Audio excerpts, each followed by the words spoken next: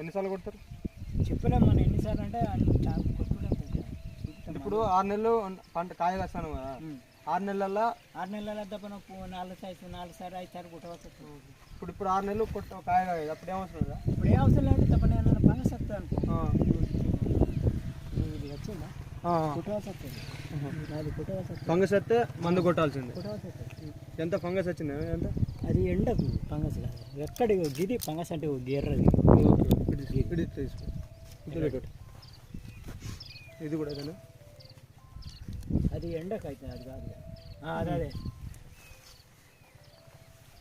ఇప్పుడు ఇక్కడ edge bottom ఇక్కడ ఇది కడిగేసింది. ఇక అది పడినా మనం కింద నీకు జరిగిస్తారు.